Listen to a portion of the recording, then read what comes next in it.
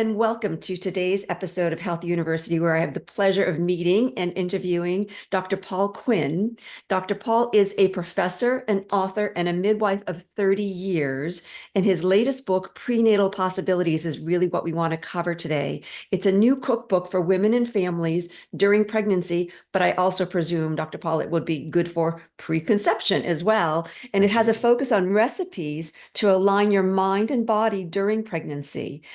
I love this. He mixes his New York childhood and Italian heritage as the foundation for this book. We all need a little bit of our village to kind of get us through, don't we? Absolutely. So, welcome, Dr. Paul. Is there anything that I haven't covered in our brief intro that you would like listeners to know about you? No, I want to stress that I was a nurse first, and I went for a very long journey to be there. So as a midwife, I also combine a history of nursing in 3 decades of nursing together to bring that holistic view and comprehensive view to families. Beautiful. Yeah, really important integrative model. Yes. Now, curious, what had you go into nursing first and then nursing for preconception and labor and delivery care? Right. So I'm fortunate. I am the son of a nurse, and my Mm. mom was a huge role model for me. And my entire life, she was working, and I think she spent more time in a white uniform than even, in street clothes.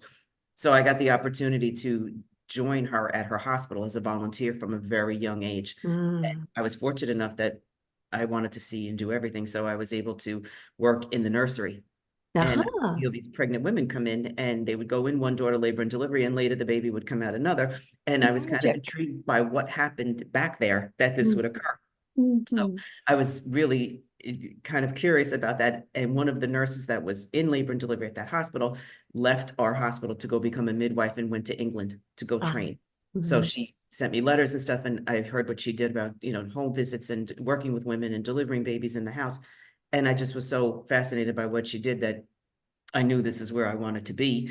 I didn't realize it would be such a climb to get there, but it took a while. But I had to go the back route. So I had to do I worked in critical care, I worked in the emergency room, I went to nursing leadership, and then I landed in obstetrics. And that's where my home has been for all these years. Well, I can only help but presume that all of that work before landing in OB-GYN was able to really add more value to your patients, because sometimes there is critical care that needs to come up. I mean, we don't want it, but to be able to just sort of have those resources at the ready, I'm sure you just really were able to put a lot of minds at ease. So that's really Absolutely. wonderful. That really Wonderful. was a help. I appreciated that and brought that back because there's a lot of, like you said, a lot of one-offs that you don't want to happen, but you are prepared for.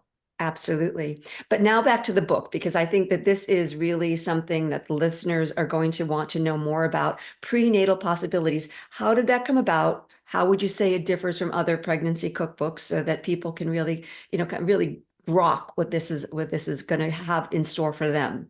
Right. So this book was born from the clinic. It was Mhm. when one of the key things we teach women is nutrition, and we try to teach them to eat healthy. And they kind of look at you with a blank stare and like, okay, I get it. They have an idea. They know that they have to, but a lot of times they're limited, especially with the population I worked with, by finances. And they didn't know where to go get, good quality proteins or things that were not in a bag. So I started writing recipes down and asking them, saying, well, do you like chicken? Okay, what do you like? Vegetables? Okay, let's put this together. And handwriting simple recipes for them that had about maybe 5 or 6 ingredients that they could cook and that they could afford Yeah. and that they could buy together. And then also if they had other family members at home that could share this. So I started making photocopies of these recipes. And then I started going into, they weren't eating breakfast or they weren't snacking properly Yeah. and they were eating one meal a day. So giving them, going into my bag and pulling out these index cards and papers. And soon it was like, why can't I just put this all in one place? And it came to a website, which was Mhm. my current one for prenatalpossibilities.com. And with the success of that, to have people say, I can't wait for the book. And I was like, what book? And they're like, well, I want to hold this in front of me. Like, I want to prop this up on my counter. So Yeah. they said, that would be easier for me to have it all together instead of scrolling through. So then all these recipes came true and now it's in the book. That's beautiful. I love grassroots impetus. That's fantastic. I want to ask with how can these mothers easily implement the recipes and the resources? I mean, is it something where they're just, they're in the book, can they get it online? Are there links to recipes that, or and shopping lists and things like that? Right, there's online is a whole different newer recipes and such. So some of these have been archived into the book. And I want to stress what makes my book different, and not, there's plenty Mm. of colleagues out there who have written some good things. And a lot of them are nutritionists or registered dietitians, and that's fantastic. But my take that makes me different in this is that mine is based from a clinical perspective and real life women's examples from different walks of life, neighborhoods and financial situations, etc. But I'm a doctorally prepared nurse midwife. So I have taken these recipes and vetted them through science. So some of the ingredients and things that people say are good for you or not, or this has all gone through a rigorous research approach that I think is missing in a lot of the other books. And I Mm. think a lot of them is based on a science where this certain ingredient has X number of protein or calories or fats, where mine is more based on how those all interact together to create a meal that would also promote a healthy pregnancy. So I think we're all in the same game. I just think I'm up to bat a little bit stronger on this than perhaps some of the others. But Mhm. I do rely on my registered dietitian colleagues because they are a wealth of knowledge and an untapped resource for people. But Mhm. that particular piece, I think, is what makes this stand out a little more. And the Mhm. recipes are more condensed into breakfast, lunch, appetizers, snacks, vegetables, etc. Mhm. So you have an idea of what to do. It's a blueprint and a starting plan. Beautiful. And I have to imagine that that in following the recipes and following the book, you're helping these women to avoid gestational diabetes down the road, or possibly even hypertension, because they're taking care of their nutrition from the positive pregnancy test through delivery. Is that I, a I, I hope I contribute to that because some of yes, that is out of my control with of genetics and course. such like that. But, starting off on the right foot, but also creating a plan for the future. This is not just a book for 9 months of pregnancy. Right. Like you mentioned before, for preconception, if you're going to start your journey, and then the recipes are there enough that when you have your family or your relatives, it doesn't have to be children. It can be for older people. It can be for your friends. It can Mhm. be used to bring something to a pregnant woman. I want to create a community of informed women that can go forth with the knowledge of what to do, but also, again, you got to arm them with information. And I think Absolutely. it gives them some form of something to go by and start with and make it their own. I love that. I love that it takes it beyond these 9 months, because oftentimes we just, we see that, that 9 month mark, and we think, okay, we start at the positive pregnancy test, and we end after delivery. And of course, that's just a new beginning. Right. And then to take it out into the community, again, this goes far beyond gestating a healthy baby. This is gestating a healthy community and a healthy future. It's time to reverse the trends that have been taking place for the last 50 to 70 years or something like that, and really realize that there's so much accessible to us, even within our means, that can Absolutely. really just turn the tide for a healthy pregnancy, baby, family, community, and so forth. Question for you: common misconceptions about prenatal nutrition. I mean, we see that it's a wild, wild west out there in Google search. What would you say are some of the ones that listeners should have a real attention toward, and maybe avoid some of these misconceptions? Well, I've always been bugged by eating for two. Ah, It's true. You're eating for one, and one will borrow from you. And that, it's not that you eat double, you don't eat triple. It doesn't give you a clean slate to go eat whatever you want and go rogue. There's certain things, and people like to feed a pregnant woman. It's mhm, everything's about the baby. mhm, If mom is okay, then baby will be fine. So feed mom be healthy, mom have an appropriate weight, mhm. and baby will not drain you. It will not suffer. It will not starve. Your baby's a perfect passenger for you. I really just eat for you, not for the two, because you're going to be fine. Yeah. I also think there's a lot of. Psychologically, if I Yep. may, though, sometimes eat for one, but eat with the baby in mind, because here you again, sometimes you say we can get a little bit oh, I don't know, too forgiving of our indiscretions, and say, oh well, I've got this extra fuel I'm burning, so I will go have that muffin or something like that. Absolutely. And it's true. Mhm. Eat properly for you and the baby will be fine. Yeah. There's also a lot of taboo foods that people think they can't have. And it's Mhm. like, for example, I think everybody stops eating every bit of seafood that they can have, when a lot of seafood is very safe and is rich in so many nutrients that both mom and baby need. Again, cooked properly and done in the right amounts, you don't have to avoid your salmons and some of your tunas and things like that. Yes, there are some bad fish, but those are very few. And a lot of it's not in our normal American diet anyway. So Mhm. we wouldn't be looking for mackerel and Yeah, things like that. yeah, So yeah, yeah. We're not if going to be making a, a blowfish casserole. exactly, exactly. So there's a lot of stuff that's there that also provides more variety Mhm. and such. And you can treat yourself. You're not you don't have to totally get rid of your coffee. Mhm. You shouldn't have it anyway, but there's, for the big high octane stuff, but you can still get up in the morning and start your day your normal way. You Mhm. don't just change your life in one day. No one can.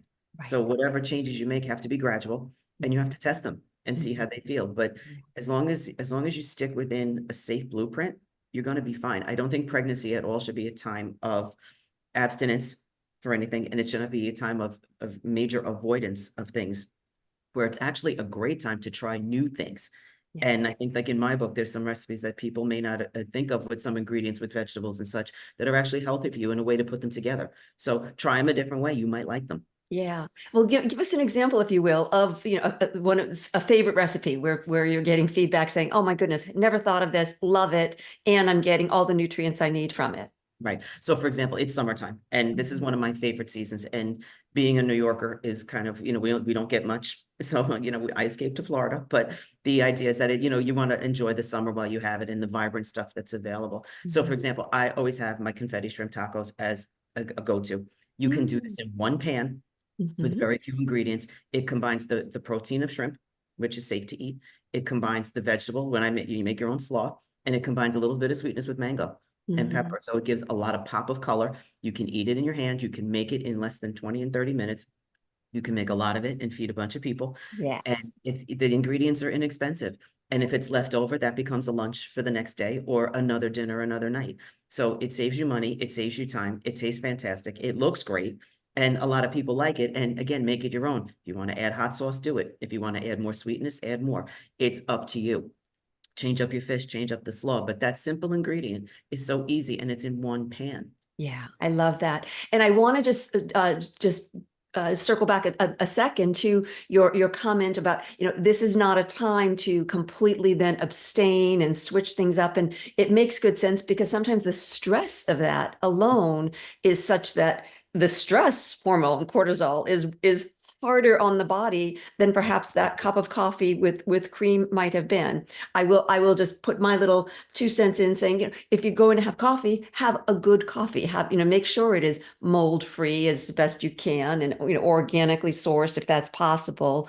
But yeah, it's sometimes the giving up of things is just too stressful.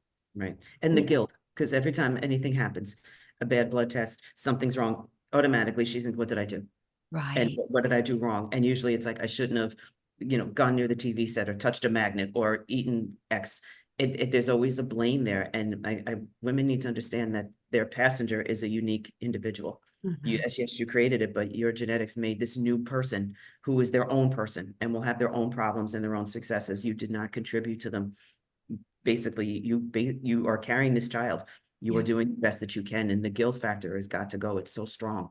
I love that. I love that. Yeah, in my world, women often, I'll use the pronoun women. She is often has tried so very hard to get pregnant, and has gone oftentimes through, the IVF route and so forth. That she is a little hyper vigilant and very prone to self-blame around, if anything goes sideways, what did I do? What didn't I do? How did I cause this? And I admire that she wants to do everything she can to make the best haven for this growing body, growing human. But yes, it breaks my heart to see the level of stress that she can put on herself. I also want to bring out too, and I mentioned this in my book, the internet is wonderful, but it can also be a burden. And there's a lot of information out there, but from my world, a lot of it is wrong or Mm, it's inconsistent. And mm. that's why I wanted to bring out this book, was because I can say that I looked this through and I have the research behind it. So if I'm endorsing this from myself as a professional, as an educator, and as, again, a doctorally prepared person, I have gone through the rigor of science to say that this is okay. Mhm. Anybody, anywhere can post anything and give themselves a title. And it can be overwhelming and it can be too much. So limit your internet use a little bit, go straight to your good sources that are there. There is some good information from our colleagues, at our professional organizations that's free. But again, you bring up the point about there's so much information that they're looking for Yeah. that can also be, negative. Absolutely. It can be distracting. And of course, what was in the, in the groups, the social media groups that are, seemingly designed to be supportive, they can be sometimes, problematic because what was right for someone else may not be right for you. So I couldn't agree more. Find your expert team and use their expertise and don't kind of go out to the, wild west of the Dr. Google search, and maybe you could consider participating in some of these groups, but no, filter the information you get through your expert team. Absolutely. I like that Yeah, word about filtering. yeah, very good. Thank you for sharing in our conversation here at Health University. One of the ways in which we help people improve their fertility is through our 5-element fertility quiz. Please click on the link below at yourfertilityquiz.com and take this short quiz. You'll receive a free report that includes easy to implement ideas to improve your whole health and your fertile health. Now let's return to our topic in today's episode. Good. So I want to be respectful of your time and respectful of the listeners' time. So if we can pivot just a little bit from the book and into other lifestyle things, activities that you would say, moms, consider incorporating these into your activities of daily living to support a healthy pregnancy, healthy baby, healthy postpartum.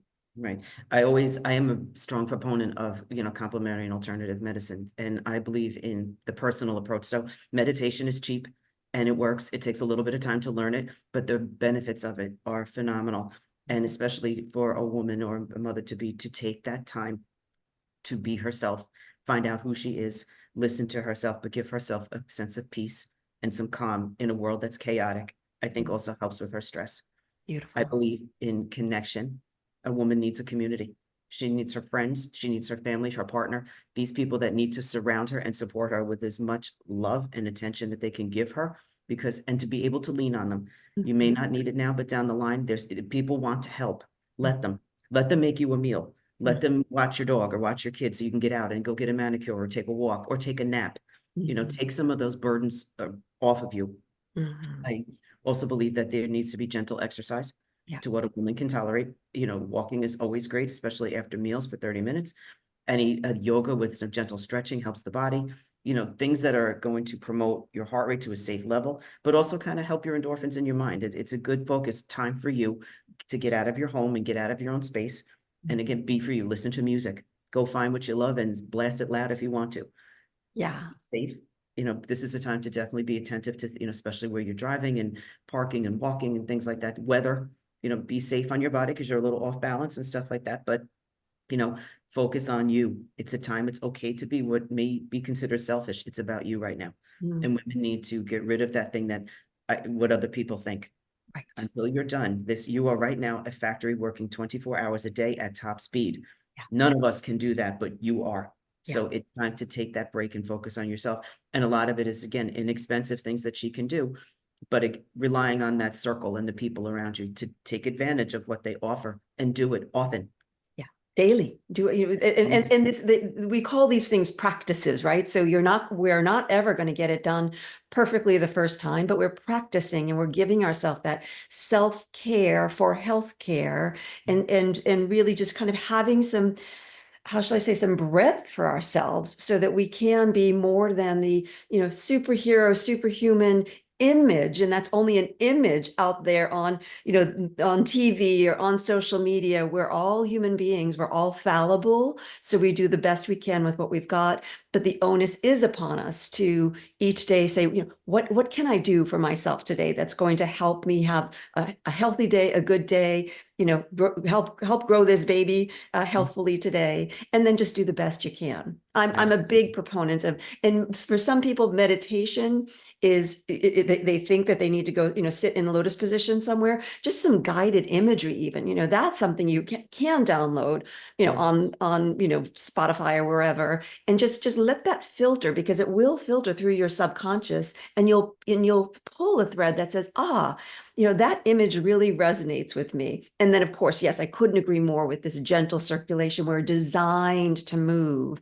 And I do think that sometimes women get afraid of, am I going to dislodge this pregnancy? Well, certainly there are things that are contraindicated. This is not a time to go run an ultra marathon, perhaps. But Right. yes, we need to get that circulation, because the circulation is going not only to ourselves, but to the baby as well. Absolutely. And Do you sleep. talk to your people about sleep, which Yes. it can get a little tricky during pregnancy anyway? So let's hear your thoughts on it. So I have not had one woman who slept fitfully throughout the night. They get up to go to the bathroom. They're achy and crampy. So, as much as we dream of that full night of sleep, it's probably not going to happen, but you can work with it. And this is where I believe in napping. And this is where naps can be very beneficial. And it doesn't mean you have to curl up and go zonked completely out. It could be, like you mentioned, sitting quietly for a little while just to recharge your battery, and give yourself a boost. Drink something like a good glass of water or some fresh juice that's not full of sugar, or eat a healthier snack, something like that, to just take a few minutes and you just sit and be quiet. You're going to be, again, you're working 24/7, 365. No, you got this baby. It's going to be hard. So your nighttime routine has to be as good as it can be for the sleep you're going to get. So if you have to, that's where you buy the support pillows that'll make you more comfortable. If it means the shower before you go to sleep, if it means something, a warm compress around your lower back, or some light massage from your partner, something that can involve them, because they too want to help. And Yes. if they're the cause, get them out of the bed and get the dog out too. Whatever will give you the space that you need to regenerate and, recuperate yourself is what they need. But I agree, sleep is not going to happen. And I'm finding so many more people are working off shift. So Yes. they're either night workers or they're working from home, and they work better in the evening. So they're pushing it and staying up late and going to bed at 1 in the morning.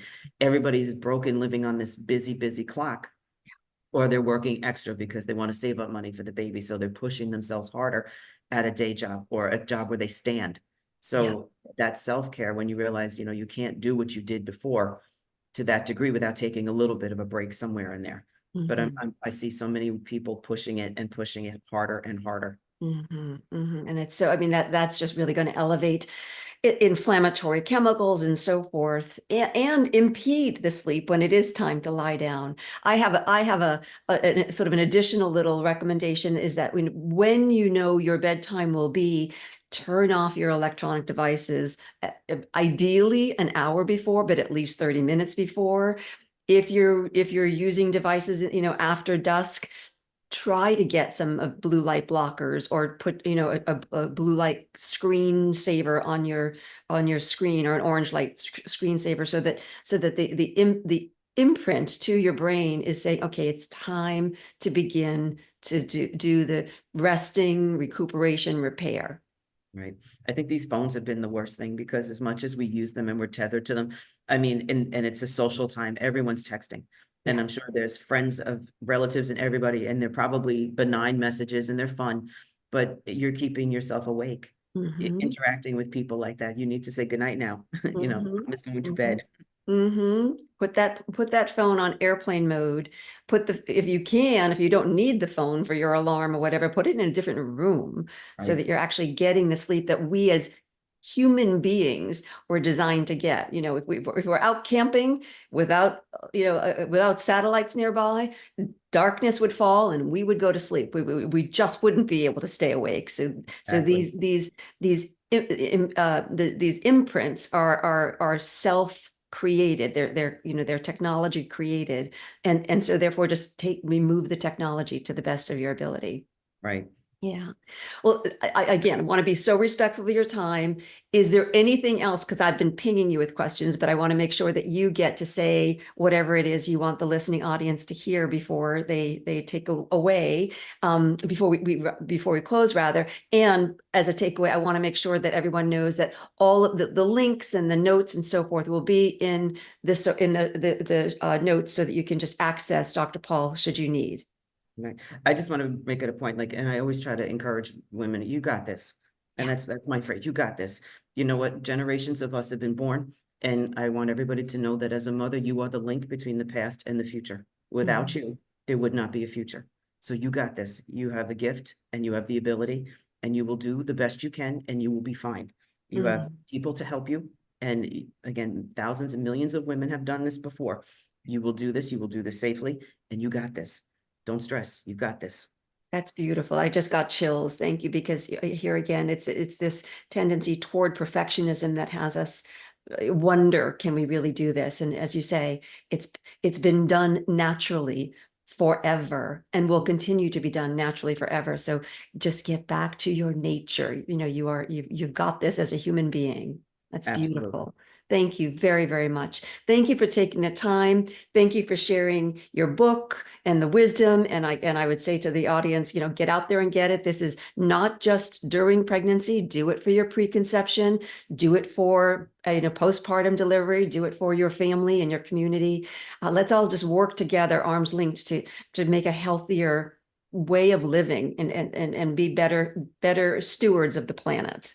So thank you so much for joining us today, Dr. Paul. And I perhaps we can come back and talk more at another time. But with respect to everyone's time, I think we're just going to say class dismissed at Health University for the time being. Thank So you, Dr. Fox. my pleasure.